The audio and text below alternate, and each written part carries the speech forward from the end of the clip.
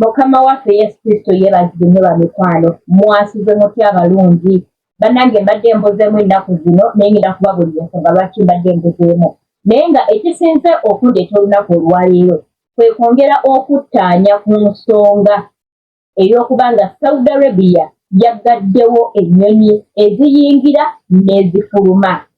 Kaakati ekintu kino kitabudde nnyo bankuba kyeyo, abalala bagiyise bbaani, abalala bagamba saspe. Ebintu bino bbaani ne saspe birina enjawulo.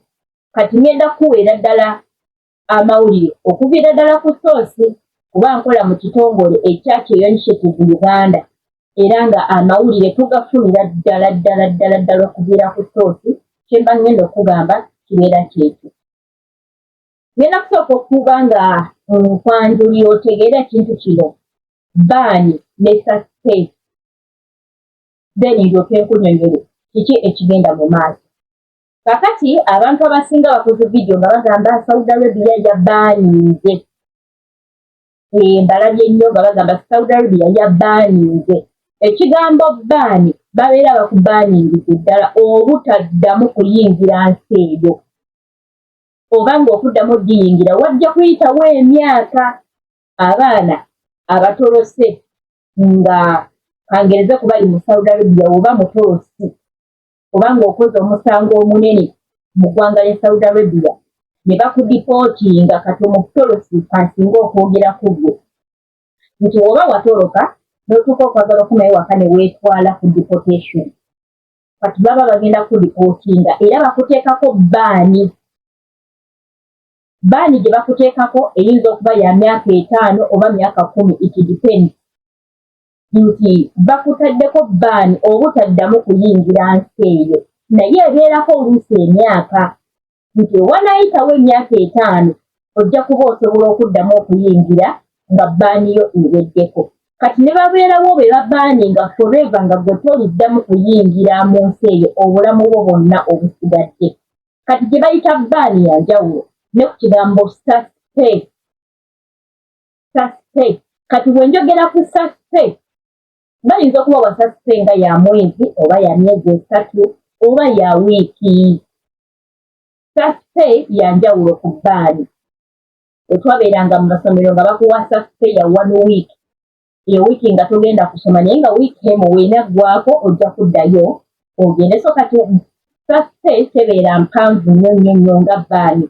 Bbaani bakusibira ddala obutaddayo mu nsi eyo oba ne bakusiba emyaka nga 5 oba 10 egyo emyaka gyonna tolina kuddamu kuyingira mu nsi eyo okuleka ng'ebbanga lya bbaani yo liweddeko. So kati abagamba nti Saudi Arabia yabbaanize mutukola mu nsobi tennabaaningako wabula yasaspendinze era nga kino kyazza oluvannyuma lw'okuba nti bateebereza nti mu Uganda tulina Ebola era munnange nga biviira ddala mu gavumenti yaffe bye baayogera ebintu ebyo nti tulina Ebola mu Uganda. So kati nabo tobanenya bagezaako okuba nga baprotectinga ensi yaabwe. Kati Saudi Arabia yasaspendinze Uganda ne South Sudan obutaddamu kuyingira mu Saudi Arabia. Naye singa ebino eby'Ebola binaaterera bulungi nnyo bagenda kuddamu babe nga batambula. Dubai nayo tugimanyi nti yasaspendinga n'esooka n'esigamu kaawo nti kati omuntu okuva ne Uganda ng'agenda kuyingira Dubai tebagenda. Baali bawadde 21 days nti ezinaggwako bajja kuddamu batambule. So tetumanyi naye katulindeko tulabe. Kati ne Saudi bwetyo just basaspendinze ennyonyi ezifuluma n'eziyingira.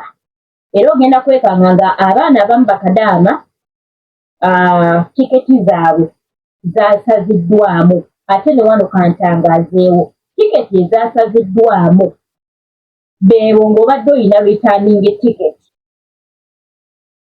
Naye gwe abadde agenda ng'okomawo wano Uganda omazeeko contract okomawo tolina returning ticket abo bakomawo ewaka. Bo wenna atalina returning ticket nti boosi waakusuubira okuddayo mukolera gw'okomawo ewaka. Gwe agenda okukomawo ewaka oba abo ababadde bakomawo ewaka nga balina returning ticket. Tiketi zaabwe zaakansolingiddwa kati ne bano abali wano mu Uganda nga bw'obadde olinda lunaku lwakuddayo tiketi zammwe nammwe baboosi bammwe bagenda zikansolinga. Lwaki bagenda zikansolinga? Bw'obanga obadde ogenda tambula this week oba next week, tiketi yo boosi alina ogikansolinga okulaba nti waaki yajja kuddamu akole ebibuuku ng'ebintu biteredde, kuba singa tagikansolinga kati date ne zituuka zibadde olina okutambulirako, eyo tiketi ejja kuba ng'efudde. Kati alina ogikansolinga inza ati wanaatuuka okukola rebook ajja kubanga ayongerayo akasente katono akoleze tiketi ng'ebintu biteredde bulungi, mugenda kuddamu mutambule. So tubukipine nga tusaba mwenna abali wano Uganda nga olinda lunaku lwakuddayo wa boosi wo. Kanyamazizi osabe ebintu biterere mu Uganda, tutulangire bulungi bakakase nti tetukyalina Ebola mu Uganda, Saudi egenda kuggulawo mube nga mutambula. Nze kyemmanyi nti n'ensi zikyasiba. Ensi nyingi ogenda kukakana nga ne Kati esibye, ogenda kukakana nga ne Bahrain zisibye, ojja kukakana nga ne Kuwait zisibye. Kubanga ate yo Kuwait yo already yatubaninga abannayuganda. Bo batubaninga obutaddamu yingira nsi yaabwe. Ng'ogenda nga Kadaama, ogenda nga Kadaama, so tetukkirizibwa yingirayo Kuwait. Kati bwe twogera Dubai yateekawo saspe, baali babawadde 21 days, naye tugenda kulindako tulabe. Kati ne Saudi nayo yaggaddewo basuspendinze. Naye ebintu binaba biteredde mugenda kuddamu mutambule.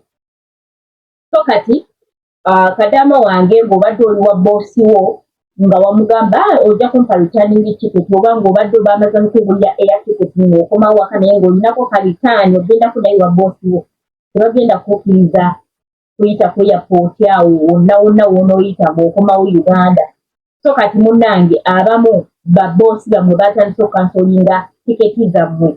Lwaki? Kyakimanyi nti singa akuta n'okomawo Uganda ate ng'abadde akusuubira nti ogenda kuddayo okumukolera, oyinza obutaddayo olw'ensonga y'Ebola. Ate era tukimanyi nti bayinza okukireeta nga saspe ne kitwala emyezi 4, ne kitwala emyezi 5. Kati awo tebatya nabo. Oba kati abamu muli eyo mayumba mukaaba. Nammwe abali mu kubanga kati mukoba ku bintu by'ogenda e Saudi, kampanizi zammwe zigenda kubakandalirizaamuko, mugenda kulwawo okutambula. Era abalala nga mwabadde mwafunye visa mugenda kugireyinga okutambula kuba kati Saudi tekyayingiza Munnayuganda. Omuntu n'ava e Uganda kabe ng'ava Sudaani tebakyayingira. Era n'Abasaudiya tebakkirizibwa kusala kuva Saudiya kuba nti bajja wano e Uganda lwa nsonga y'Ebola. Tebaagala abantu baabwe bajja wano e Uganda bakwatibwe Ebola. Mumanyi nnyo nti ezo ensi zifaayo nnyo ku bantu baazo. Ate era munnange Omusaudiya okuva eri nti ajja wano Uganda tagenda kubeerawo bbanga ddene, oluusi bajja ka vacation, oluusi nno bajja ka holiday, bajja for tourism, 1 week 2 weeks babe nga baddeyo mu nsi zaabwe. Tulinamu n'Abasaudiya seba bakakalabiza wano e Uganda emirimu gyabwe nga balinawo bizinesi kwe bali. So akadde kano bwe kyakwatiddewo ng'ali wano Uganda tagenda kusala kuddayo mu Saudiya. Bwe kyakwatidde bw'aba alina bizinesi wano e Uganda nga kyamukwatidde ng'abadde agenzeeko Saudiya kulaba ku famire ye, tagenda kudda Uganda okumala akaseera mpaka ebintu ebinaateera ne bakakasa nti tulina Ebola, then ennyonyi zijja kuddamu okuba nga zitambula ne visa ziteebye. Era olwaleero oyita kulima nti agenda kufuna visa ye Saudi, kebe ya mulimu, kebe ya tourism, kebe ya tewali visa efuluma. Tewali visa efuluma. Okuleka bayinza okugira nga bakukolera ku process mpola nga balinda mpaka ate ebintu binaddamu okutereera obe ng'olyoka ofuna visa okuba ng'otambula. Naawe yagifunye visa yo tabirira nnyo kuba oluusi visa ezo zifulumanga za myezi 3. Myezi 3 we ziggwako visa ebeefuuse expired. Tosaba nnyo nti eno saspe gye baataddewo ereme kugenda kuyingira mu myezi 2-3 kuba visa ejja kutuuka ebe expired nga munnange balina kuddamu kugirira walinda buto. So kyekigenda mu maaso naye nga tebagamba nti baatubaninze no. Saudi tennabaninga wabula baataddewo saspe.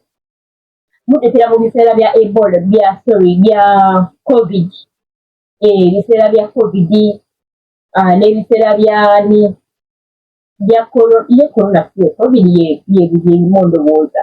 So ebiseera bya covid ebyo mubijjukira bulungi nti ennyonyi zaasibibwa ng'abantu tebakyatambula, tebakyayingira Uganda, tebakyafuluma, ne bateekawo saspe. So waliwo saspe olw'ensonga ya corona oba covid. So kati ne ku Ebola weebityo. Naye nze bwe ntuna mu Uganda siraba nti tulina Ebola. I don't know bamwe abagoberezi bange mulaba ki? Naye nze ndaba mu Uganda tetulinamu Ebola. Naye nga omanyi nti obusumumu ebintu ebijja gavumenti n'ebiyisanga era kyeyisaawo eri munda. Naye buli lwekiyisa manya nti ffe abantu aba bulijjo ffe tugenda okubanga tukafiiramu kubanga bo basobola okulizingira mu bulamu bwonna bwe beetaaga. So kati ffe abantu aba bulijjo ffe tukafiiramu. So kyekyo abalungi amagezi ge nnyinza okuwa abagoberezi bange nga obadde omazeeko kontakiti akandi kameyagala kudda waka, ogenda kusooka olindeerindemuko embeera etereeremuko. Sooka ogumegumemuko waagumye naye nga bw'osaba nti embeera etereere obe ng'ate munnange oweebwaka air ticket okudda zaani w'onooteekawo embeera bintu ne bitabuka ate enjera ne bitabuse tiketi bayinza okugigula oluusi era n'otatambula. So kati nze naabisabye n'osooka n'ogumaagumamuko waabadde gumite waagumye sooka ogumegumemuko mwezi gumu tulabe embeera weenaatambula bijja kutereera era mujja kuba nga muddamu okutambula. Abali wano e Uganda mwetaaga ssaala kuba kimanyi nti bankuba tewemukomawo nga tolinaamu wadde obwatamu lw'ennusu ng'olinamu butini bugenda kubeezaawo mu nnaku ezo z'ogenda obeera wano e Uganda. Oddeyo ate ogende ogulube otandike okuyirira. So kati nkimanyi kati abantu badde babuzaayo ennaku bunaku okuddayo oba babuzaayo abadde babuzaayo wiiki emu wiiki bbiri kati omutima abamu abadde mumaze n'okukola shopping mu paatize nga mugenda okutambula mu nnaku zino nga mu butuufu toyina n'ekimu ky'osigaza. So kusaba mukwano guma bibeerawo ate kino tukiyigiriza okuba nti eva tubeeramuko n'akasente ak'ebigwa bitalaze tewemalaako ssente beeramu n'akasente ngako mukwano ka bigwa bitalaze. So kati nembeera mmanyi nti abamu babadde muguze ebintu byammwe mumaze okupaakinga mu maake bino ate ne bituukawo. So mwe musabe nnyo ebintu bigire mangu mutambule. Ate ali mu kyumba kya boosi kyalinawo chansi nti niba kiba kitutte omwezi ogenda kuggwako akasente ko obenga kakuwa kakubeeremu wano. Kati ali wano Uganda awalirira okuddayo yalugudde naye nga musabe nnyo buli kimu kijja kuba nga kitereera. Kyekyo abalungi ennaku zino mbadde sipostinga mbaddemukko bize ate era nga nsuubira nti even next week eno mbadde natambulamuko nga nina byendi mukuba nga nkolaakolako. Leero wenkomyewo wakira kyova olaba nti kati nsudde mu vidiyo eno iPad kwenkolera vidiyo eno sikira kutambula nayo keesi naye tomanya kristi ekimusimu ebula osigaza iPad so sitambula nayo byonna. So kati zo wemba ntambula sigala waka ensonga mbadde sikyapostinga nyo videos naye nga I think nti era ne wano ndiwondooza komyewo Friday no video ngikoze kiro batugenda batuukako kumakya ngikoze kiro naye nga Saturday ne Sunday wendi then ate ku Monday ngenda kuba nga nzirayo mu mirimu era tumanyi ne wiiki ejja nja kubeeramuko bize wiiki ejja nnyinza okubeera bize wiiki yonna naye nja kufuba okulaba waaki nja kubaako vidiyo zenteekayo nandibanga nnyinza obutatuula mu vidiyo naye nja kumakinga sure nga enteekayoko vidiyo.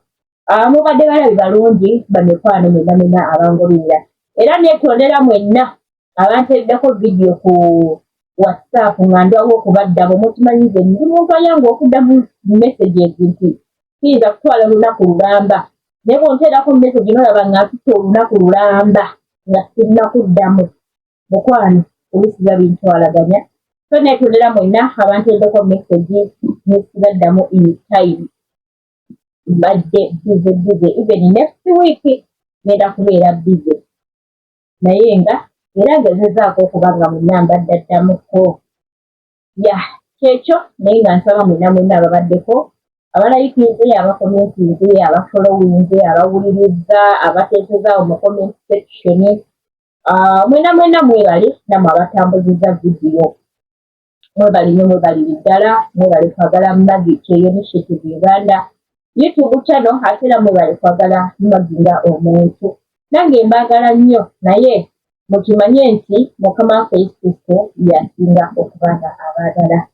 Abaana b'abantu olwisi ebintu obutamanya mutima niko okugamba nkwagala nnyo naye ng'ate munnange sobola kwagala forever. Ekitegeera so okwate Mukama waffe Yesu Kristo yalina okwagala okwannamaddala. Tujja kuba nga tusinkana mu vidiyo ziddako abalungi mubeere bulungi mwelaba.